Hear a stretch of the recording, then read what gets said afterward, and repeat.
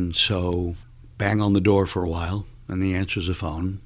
He's shirtless, dripping in sweat. This is August in Miami. The apartment is sweltering hot, and he looks at me with sort of a confused look, and then he says, "What are you doing here?"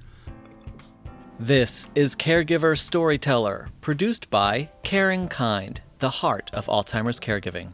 Hi, everyone, and welcome to Caregiver Storyteller, a storytelling podcast about Alzheimer's and dementia caregiving. I'm Chris Doucette, and I'll be interviewing caregivers to get their stories about Alzheimer's and dementia caregiving. Occasionally, I'll also interview the authors, advocates, researchers, healthcare professionals, and people with Alzheimer's and dementia to hear their stories too. So, are you ready? Here we go. Sure. My name is Max Gomez. I live in Manhattan in New York City. And I guess my relationship is my father had Alzheimer's, and I was sort of indirectly, I guess, his caregiver, his guardian, and a variety of other things. Also, we called her my grandmother. She was technically, I guess, my great aunt, is what she was. Also had Alzheimer's. She was my father's aunt, but she was the one who really raised him because his mother died of tuberculosis when they were very, very young in Cuba, or when he was very young in Cuba. So it was his aunt who really raised him. She also lived in Miami, and she had Alzheimer's as well. Wow, did you know your grandmother, great aunt, personally? Was she absolutely.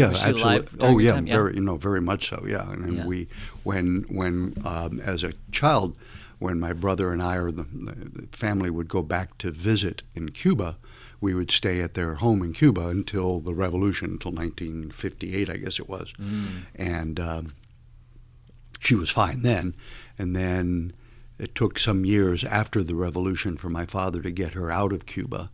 She ended up coming through a third country. And you know what? I should remember. I want to say Spain, but I can't swear to it. Mm-hmm. So Cuba to the U.S. by way of Spain. Right, and then she was fine. She was living, but then little by little, we could tell that Abuela was starting to lose it, and ended up in a small group home in Miami. Towards the end, and she lived to be early 90s, 92 or 3, I think. And about what year was that when that happened, and about how old were you at the time when you realized that there was something wrong with your brother?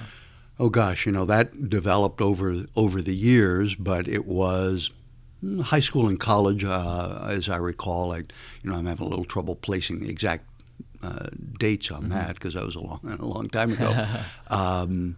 But probably high school, college, and when she passed away in her 90s, I was probably in graduate school by then.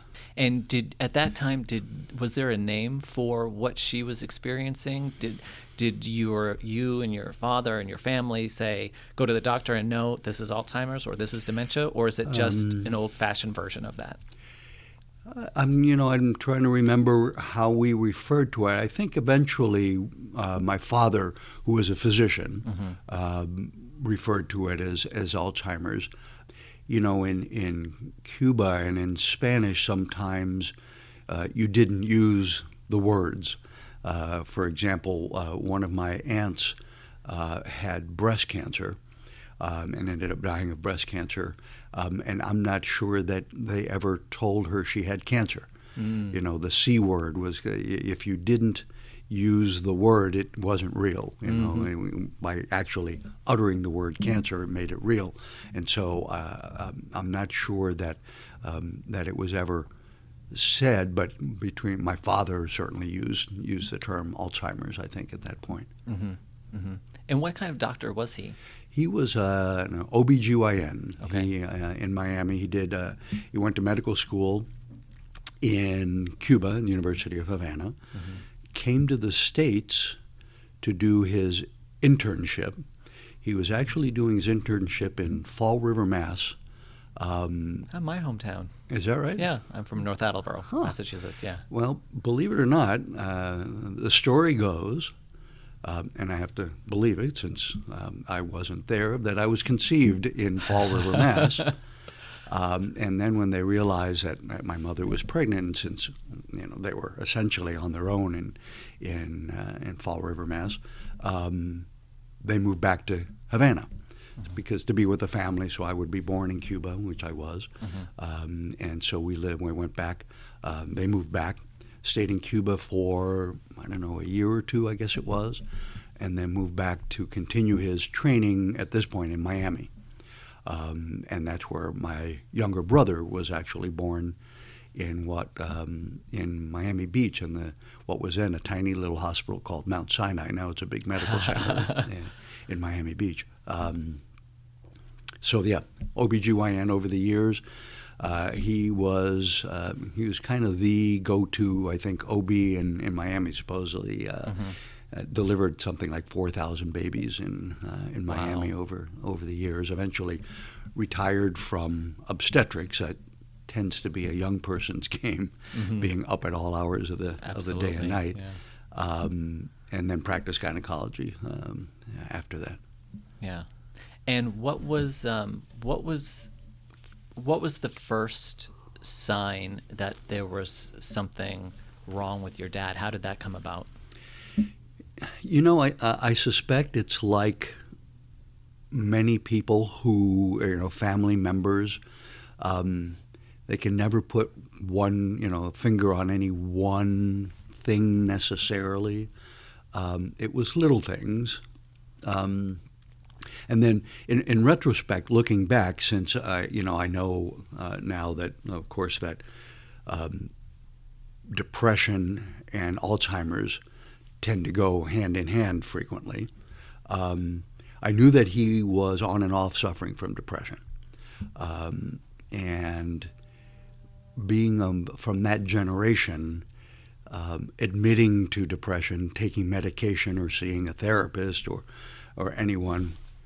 Was a hard thing to do. That would be an admission of weakness.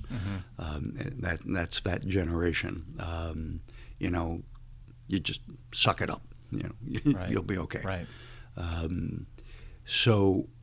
But for some reason, he always listened to me, and so I would get him to see a therapist. I was living in New York already at the time. And so I wasn't there all the time with him, and he was taking medication for a while. But he'd take it for a while, and then he'd sort of drift away, and kind of stop taking it, and so it was kind of an on again, off again thing. That wasn't though any obvious signs of dementia at that point. It was really It was a fair bit later when things sort of started to deteriorate, and he started. He was living on his own at that point, and it wasn't easy.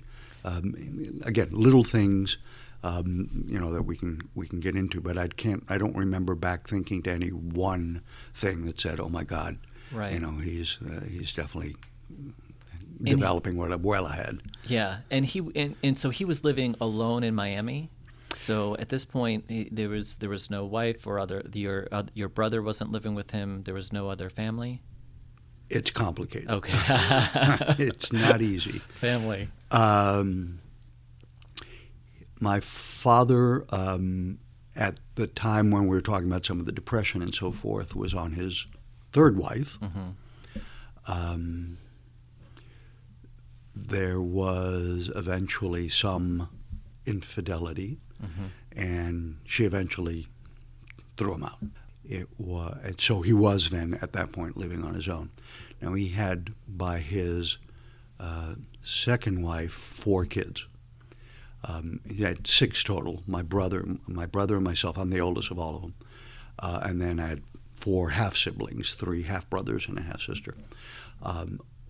All but one of them were not living in Miami. The youngest of them all was, and he kept an eye on him. He kept him engaged, had him over a lot to see some of the grandkids and that sort of a thing. But he was living on his own at that point. And then at that point he When my half-brother moved away from Miami, that was when he really started, I think, to go downhill, because then he was really completely on his own. Right. And that was when it started to become more obvious that he was losing it. And how did that present itself? Was it odd phone calls or no phone calls?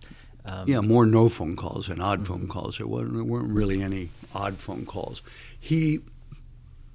We'd go down to visit in Miami with the kids and visit, and we'd be, I don't know, staying in a hotel or someplace out in maybe Key Biscayne or someplace, I forget, and said, so, just come on over and because he was driving, I said, just meet us here. We're going to have dinner or lunch or whatever and see the kids. And he was like, I'm not sure that I can find my way there. I'm not sure where I'm going. And he'd grown up, he'd lived in Miami for 40, 50 years at this point. Right. He knew his way around. Right. But he was a little hesitant about that, which I thought was a little odd. And that was a very early sign. And now that I mention that, years before, and I'm told that this is not uncommon also, I was living in Philadelphia, and he had come up to visit, and he was with me at work, and he and I had to stay, and I said, so just take my car, and I can get a ride back with somebody else or whatever, and he took my car. Now, granted, he didn't necessarily know Philadelphia, but it was pretty clear sort of how to get from A to B to our home out in the suburbs. And he got lost and was missing for a couple of hours.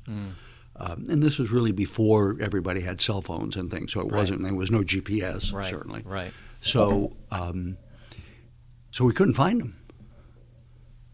And he had gotten lost. And when we finally showed up, or he called, I forget exactly how we finally caught up.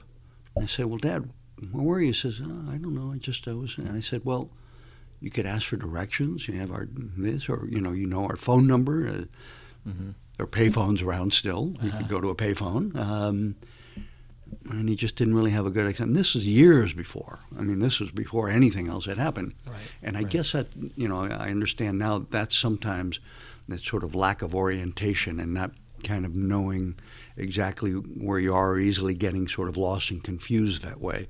Never showed any other signs other than he got lost and he didn't really know what to do or how to come back. So those were perhaps, I guess, some of the earliest signs looking back on it. At the time, it didn't really necessarily ring any bells.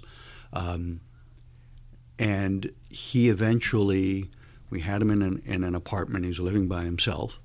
And every time there'd be something, and I'd say, Dad, you really got to be careful about this, or you have to check into that. And he said, yeah, I'll. He was good at deflecting. I'll look into that, or I'm going to have to check into that. And of course, he never did. But he was working at a clinic because he had, he'd retired, but very much his sense of self-worth was tied up with being a doctor. And that was a real blow to him when, he had to close his private practice, and he went to work, I guess, for what was then, they were called HMOs and then that sort of a thing, an insurance company. He was doing that, and eventually he stopped doing that, or they let him go or something. That was a real blow to his sort of sense of self-worth. And so he ended up, this group that ended up being really more of a Medicaid, Medicare, mill. And they were using his license to be able to practice. Oh, I see. Yeah. But they made him the medical director. They gave him a title, gave him a white coat with it and an office, and so he was now he had his place back. He had his place back. He felt like he was, where he belonged again. And they fawned over him, and they took care of him, sort of, until they didn't. And in the end, they took tremendous advantage of him. But one of the examples was they, quote unquote, bought him his condo. And he said, Dad, somebody can't just give you a condo or an apartment, and that's taxable income. You've got, there's taxes that you've got to worry about there. Right. Can you pay those? Because they were paying his credit card bills, his phone bill. They were kind of taking care of all of that. He said, "Yeah, I'm going to look into it." Of course, he never did. After he passed away, we found when I started going through untangling all of this incredible paperwork, found out that they had brought him in to the closing, put the condo in his name. Now, this was a, $450,000 condo in Miami or whatever. The saying, you know what the difference is between herpes and a condo in Miami? No. Sometimes you can get rid of herpes. In other words, you buy a condo, you're stuck. You're never going to get rid of it, and it's almost immediately not worth what you paid for it. So they put very little money down. You could do this in Miami. They put at most 10%. It might have even been 5%, 10%, let's say. Oh, my goodness. I think. Put it in his name, and at the same closing took out a second mortgage in his name. Immediately. Immediately. Oh. So they weren't on the hook for anything, and he was on the hook for all of it, which he had no idea. He didn't realize he was putting papers in front of him, and he's signing papers. Right. So in the end, they took advantage of, tremendous advantage. There's much more to that story. But as I was saying, he was driving, and the good thing was the drive was maybe 1.5 miles, 2 miles, straight down one street. Mm-hmm. The end of that street, that's where the clinic was. So he didn't really get lost. But if you tried anything other than that, he would easily get lost. But he was okay. And in the end, what would happen was, and again, found this out after I got down there and tried to sort out what was going when he really kind of went into crisis, he would get up, drive to the clinic. Clinic had shut down. They had scattered like, roaches when you turn the lights on. Right. I don't know if they milked it for all they could, all the money they could, or maybe the Medicare and Medicaid fraud police were getting too close, but it closed up and shut down. But he would drive there, park, go up, door would be locked, and he'd go, oh, must be Sunday or Saturday. They're closed, they're not open. You get back in the car and go back home. And he'd do it again the next day. Right. And he didn't realize that the place had shut down. Ultimately, they had run off, and not only did they leave him on the hook for his condo, they had taken, again, all of this I found out well after the fact. This part I found out after he'd passed away.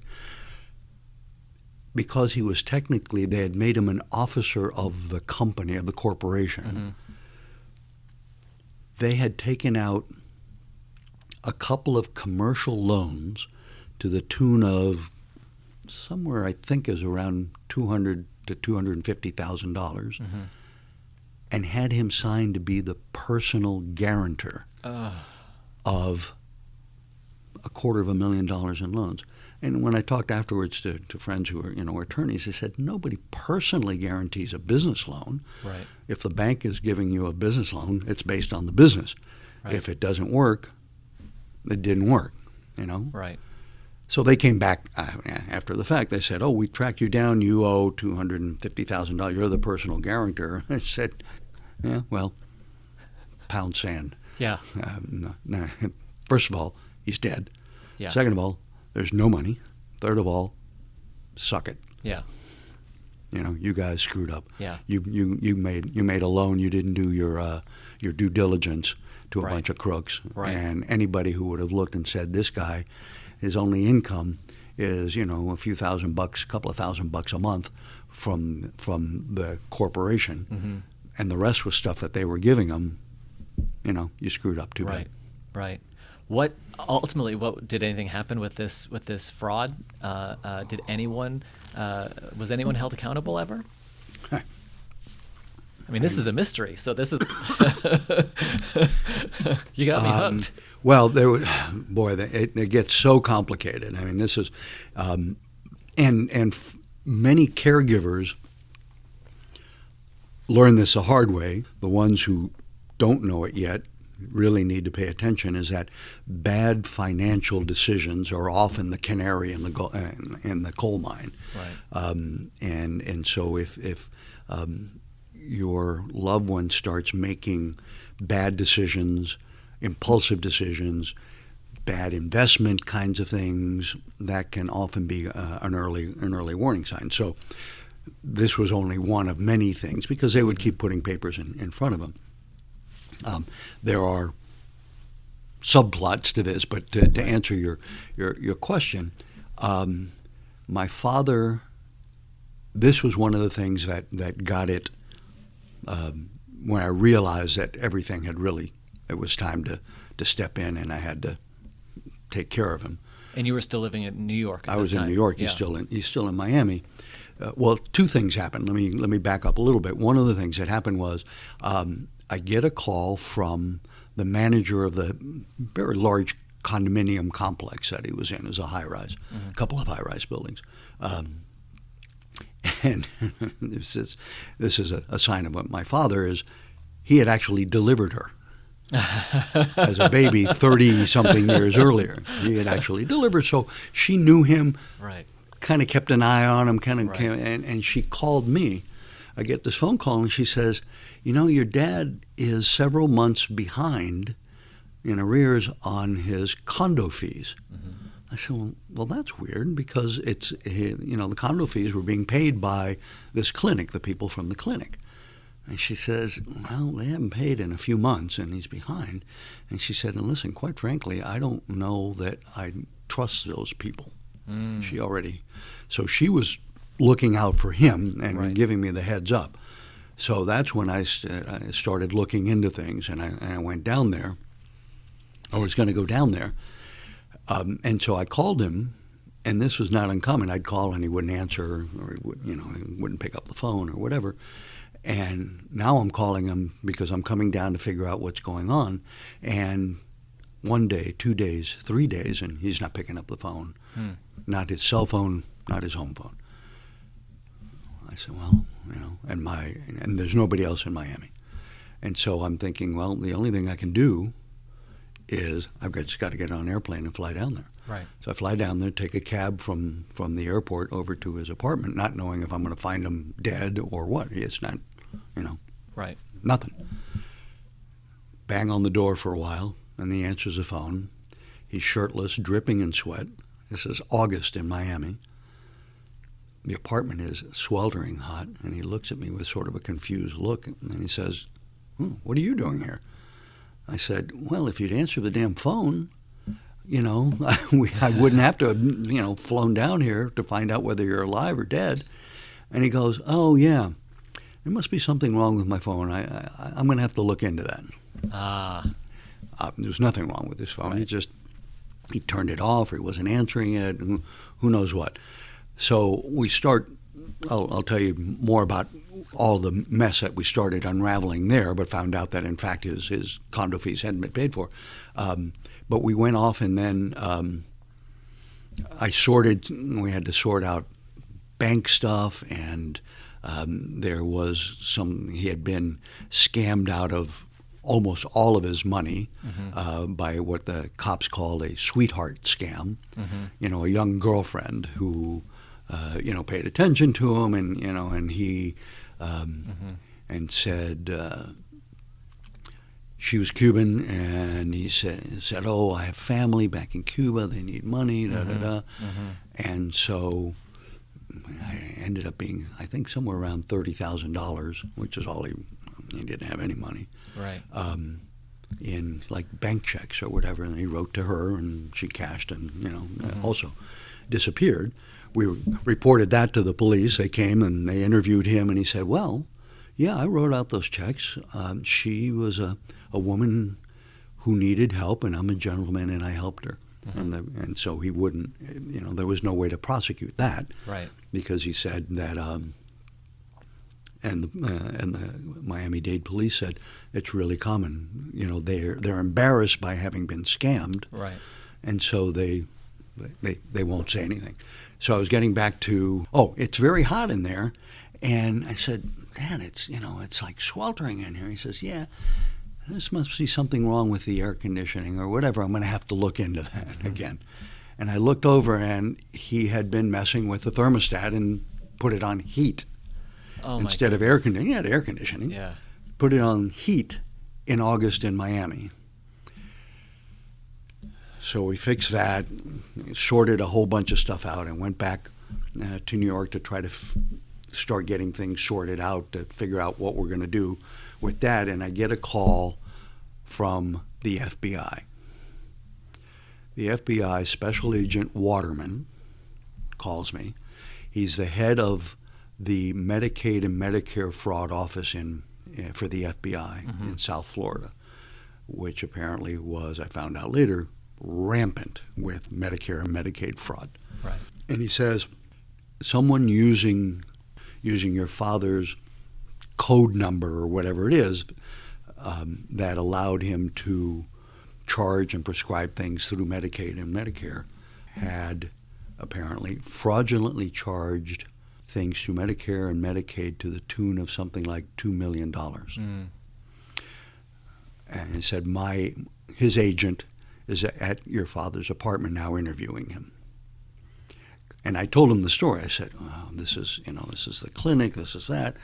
So I called my father's number. He answers. I talked to the agent, and it became immediately. It had become very quickly clear to him that my father was in no way able to run that kind of a scam. Right. And it was clear that he was not benefiting financially. He was living on his, by himself and with very little, some sparse furniture and something in this apartment. So he said, yeah, your father was showing me pictures of you graduating from high school and your wedding picture, your old wedding pictures and things like that. He'd been talking to him, and they were having just a nice chat and whatever. And he realized that he had been scammed as well. Mm-hmm. And then as he's getting ready to leave, he said, "Oh, and listen, maybe I shouldn't say anything, and it's not really my business, but it's really hot in your father's apartment." Oh no! And I said, "Oh, will you just check the thermostat again? He's probably got it on heat," and he had it on heat. So it was very clear at that point that he was not able to live by himself. But there was a lot of stuff to sort out. We started out by getting a nice older woman who would come in 2-3 times a week to make sure the laundry was done, to make sure that he had some food that he was eating. That the sort heat of was off. The heat was off. Yeah, exactly. That he had at least the heat was off, and maybe not even the air conditioning on. Boy, he was I don't need anybody coming here to take care of me or whatever. Right. But we made it, and she was very patient with him because with her he would be cranky, not with me. This is how I found out about the sweetheart scam. Mm-hmm. I said, let me see your money. Where's your checkbook? Went to the bank. It had been cleaned out. Right. And he only shared this information with you just because you had a good relationship. He trusted you, right? Yeah. Because some people are very resistant to sharing anything with anyone. Yeah, no, he was, I think with all of his kids, he was pretty good, but he wouldn't necessarily listen to them. Right. And, he would listen to me. Again, not sure exactly why. Maybe because I was his namesake. I don't know. Yeah. At this point, you realize he can't live on his own. What is your emotional condition at this point? It hadn't become an emotional thing at that point yet. I was still in problem-solving mode. Right, because you're a doctor, right? Yeah, so you're about so this problem. is, I got to figure this out. How do we fix it or whatever? I hadn't really had that much of an opportunity to reflect. Some maybe, but I was in, what do I do to sort all this crap out? We had gone to the bank, and that was cleared out. He wasn't getting, he was behind in his condo fees. The mortgage payments on the condo, they weren't being made. I mean, right. This thing was a mess. And then I said to him, "Where's your Social Security money?" And he said, "I don't know. It was in direct deposit, and it's going in there." Well, this is the only lucky thing that happened to him this whole time, and the only good thing was we had set up direct deposit for Social Security years before into an account at this bank. And there was another bank. There was a bank there that had 7 day a week or something, hours or whatever. And so he would go to this bank, and it became kind of a social thing for him. He'd go and he'd schmooze with the people there, and he'd talk to them or whatever. And he opened an account there. That's where the money that he was scammed out of, that's where the clinic was putting what little money they were paying him, went into that account. He had completely forgotten about the other account, his Social Security. Account. So there was some money from Social Security that was in this other account that we didn't know anything about. Right.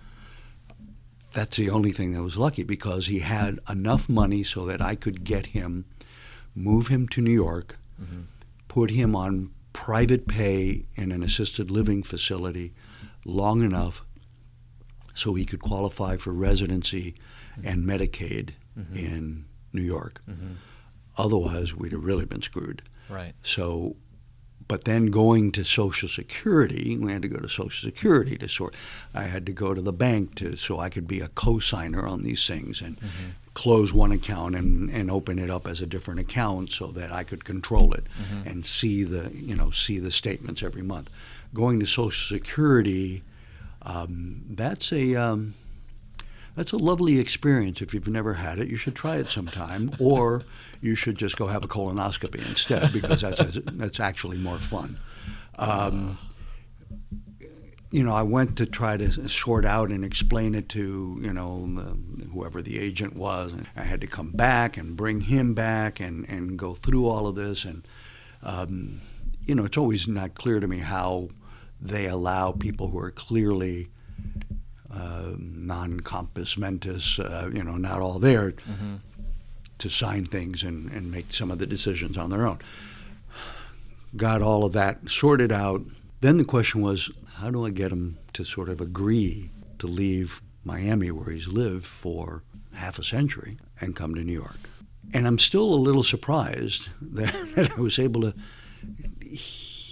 I said, why don't we come on up, and I want you to come up here, be closer to the grandkids. You'll be close to me. I can come and see you. You're by yourself down here. And he goes, maybe it is time for me to. And he kind of sort of went along with it. I had gotten to know some people, and we went to the Lot Residence, an assisted living facility. Terrific, really wonderful people there. And so we went for an intake interview, an evaluation, because they have to make sure that he is at the appropriate care level for an assisted living facility as opposed to a nursing home or something like that. Right. So we go, and there's the nursing director and the president and the social worker and the admissions person. There's about 5 or 6 people there, and they're asking and talking, and I'm sitting there and listening. And at some point, my father had this sort of a little odd sense of humor sometimes, and he says, maybe they asked him, is there anything else we need to know about you? And he says, well, yeah, there is one more thing that you should need to know about me. And he says, I have an addiction. And I'm thinking, oh shit, there it goes. He just screwed the pooch.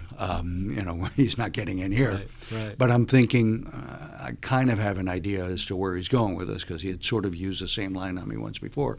And I'm waiting for the other shoe to drop, because I can see the faces on their faces going, because it's not unusual for physicians to have become addicted to painkillers and so forth. Right. And that was not him at all. He said, yes, I'm addicted to chocolate milkshakes, was his line. And I could see their faces go, whew. But he'd used this line before. Yeah. And it's funny, he always did, but whenever I bring him a chocolate milkshake when he was living there, he'd take a little sip of it and then, and put it down, and he'd never have it again. But he claimed that he was addicted to chocolate milkshakes. So we got him, and, I brought him up, packed up a big suitcase. My other half-brothers had moved back, and they sold off and packed up all the other stuff and got rid of everything, but he didn't really have much. Packed up a couple of big suitcases and said, come on up and let's see if you like living up here in this place. And he did. Yeah. He came up, He said, but I have all this stuff still back in my. I said, don't worry about it. We'll move it up later. Let's just see if you like this place. And of course, he never remembered that. Right. And moved him up. Then there were about 5 years when he lived, 5 or 6 years when he lived in New York, and in the end deteriorated physically. And it was after he passed away that I found out about all the other stuff that I hadn't yet found out about.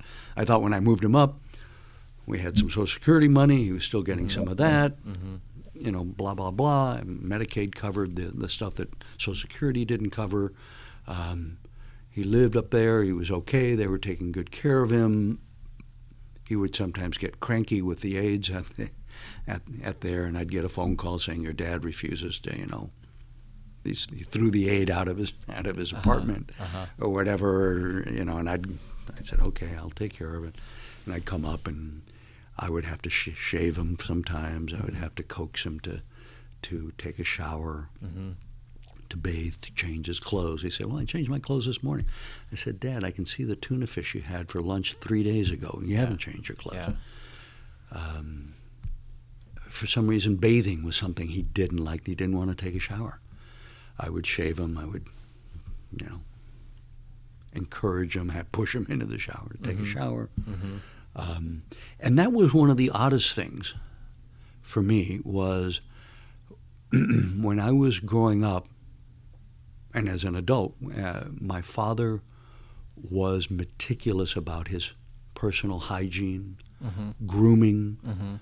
He was always, he was a fashion plate, but he was, a suit he always had. A white hanky in his pocket with cologne on it. He had pocket squares. He had beautiful ties, always dressed to nines. He would, even back then, have a manicure before metrosexual became a thing. He would have manicures, that sort of thing. But as he slid deeper into his Alzheimer's, his personal hygiene and taking care of himself and his clothing, he just wouldn't do it. And so it was completely the opposite. And I think he at one level knew that he had some Alzheimer's. I had already had him evaluated in a couple of places through, some of the research facilities at NYU and so forth, the Alzheimer's facilities, research facilities. And they said, look, based on his neurocognitive testing and some scans that they had done and so forth, they said, it's a very high probability, and that's what he has. He may have used the words Alzheimer's once or twice, a couple of times, but he never. He would just say, my memory's just not what it used to be. Right. And that's kind of all he would. Right. He would say. What was he like growing up? He was. I want to say surprisingly, I don't know why I would say surprisingly patient and soft-spoken and gentle, although my brother says that he once or twice saw his temper. I don't really recall ever seeing him lose his temper. He and my mother got divorced when my brother and I were very young, 4 or 5 years old or something like that. And back then it was the classic every other weekend and like one afternoon a week that we would be with him. Oh, I see. Yeah. My mother had custody, and it was that sort of a thing. It was never any issue, really. I mean, we would spend as much time as we wanted, but on every other weekend we'd go stay with him and his second wife, and we'd be asleep, and he would always wake us up. He would wake me up by just sort of gently rubbing the side of my face until I woke up. I always found that annoying. I didn't want it. I didn't like being awakened that way. It was like until it bothered. He'd rub the side of my face enough until I would wake up, and I never told him, "Don't do that, Dad." And so I never did that with my kids because I always thought it was annoying. Right. There was just. He would take us to what was then called in Miami, it was called Royal Castle, not White Castle. It was Royal Castle, but it was the same thing. Little sliders, burgers, and things like that. That was a big deal. We go and have a frosted mug of birch beer, and and sliders at the. They weren't called. We didn't call them sliders then. My brother and I would do that with him. He little by little would get a little bit harder to deal with. Again, not with me. I remember we would once in a while would take this assisted living facility is right across the street from the very north end of Central Park, and we'd take a couple of walks through the gardens and around a little lake up there. And there was one time it was a friend of a friend who came along. She was a professional photographer and took some really wonderful photographs of just the two of us just walking together and talking. We talked about his sense of humor. As one time he told me this joke many, many years ago, and I repeated it back to him. One time I said, "Dad, do you know what the definition of a gynecologist is?" He goes, "No, what?" I said, "It's a guy who goes around spreading old wives' tales."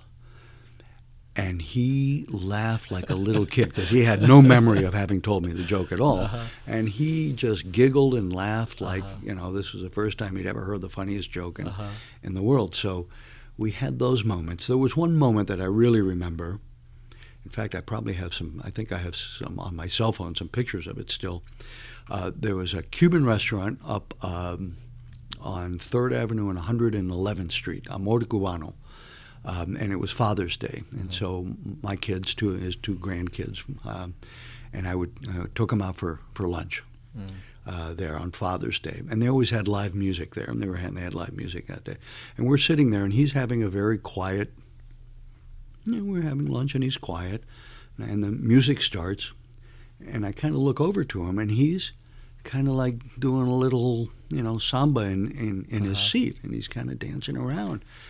And it was the most I'd seen, sort of engaged like that.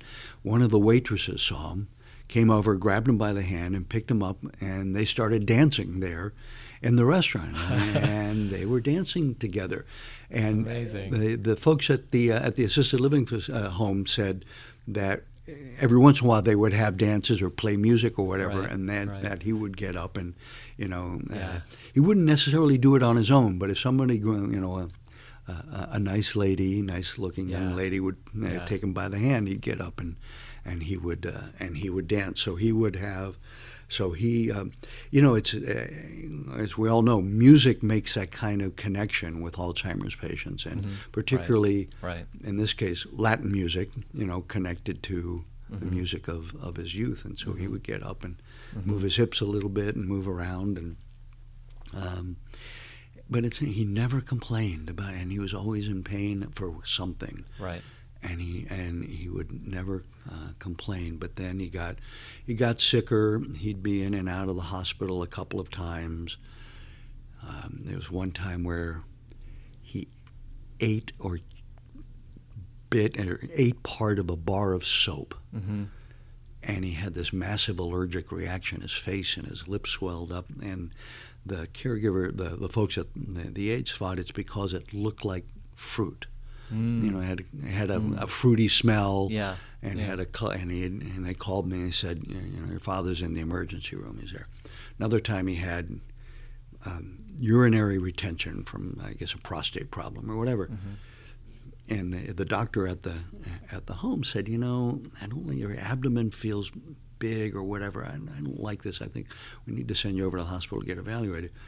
You and I, if we had maybe 500 cc's of urine in our bladders, we'd be ready to burst. Right. That's a lot of urine. Right. They took him there and they scanned him with ultrasound or whatever. He had something like 2 or 2.5 liters of urine in his bladder. Goodness. And they catheterized him and drained him, and it was fine, although his bladder never completely recovered.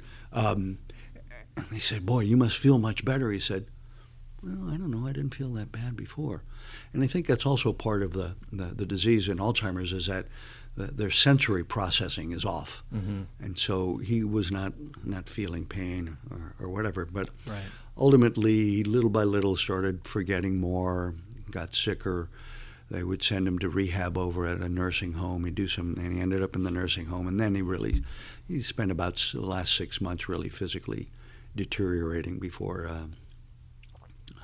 he passed away. I was with him that night when he passed away. But he was never really he's not in a lot of pain. He wasn't in discomfort. He never became angry, as many Alzheimer's patients do. He's always sort of a gentle soul, and he stayed that way really, really to the end. And that, I guess that was a gift. If and when you meet someone who is a caregiver for someone with Alzheimer's, what's your first advice? Well, there are two things. One is the mechanics. The other is ask for help. It's okay to ask for help. Too many caregivers take it upon themselves as this is their cross to bear. This is my loved one, my husband, my wife, my father, and my mother. This is what I'm supposed to be doing, and they will take it upon themselves, almost to the exclusion of anybody or any other help, to do it themselves. This is what I owe them. No one can do it all themselves when it comes to Alzheimer's. It's just too overwhelming. And there is help. This is what CaringKind is all about, obviously. There is help. There's respite. There are things that you can do. It's okay to ask for help. That doesn't make you a bad person. Doesn't mean you love your loved one any less, that you're not caring for them. So that's really important. The other thing that's really important is, and you try to do this before they get too far down the line, get all the legal affairs in order. That's just so important. The finances, powers of attorney, wills, all of these things, because take it from me, because it happened to my mother for other reasons, not for Alzheimer's, and my father. If you don't have those ducks in a row, it is a nightmare after the fact to try to sort it all out. So to the extent that you can get it done and that they will cooperate with you ahead of time, get all of the legal, talk to an elder care attorney, and again, there's help for that. Get those things sorted out. It makes all the difference in the world, because otherwise the nightmare will continue even after they're gone. Dr. Max Gomez, thank you so much for coming in and sharing your story. It's my pleasure. I just hope that it'll help somebody else. Thank you so much for listening. If you'd like to share your story, go to caringkindnyc.org/podcast. Maybe we'll use your story on the show. We'd love to hear from you. Please subscribe to this podcast and leave some glowing feedback. We love positive reinforcement. I'm Chris Doucette, and you're listening to Caregiver Storyteller, produced by CaringKind, the heart of Alzheimer's caregiving.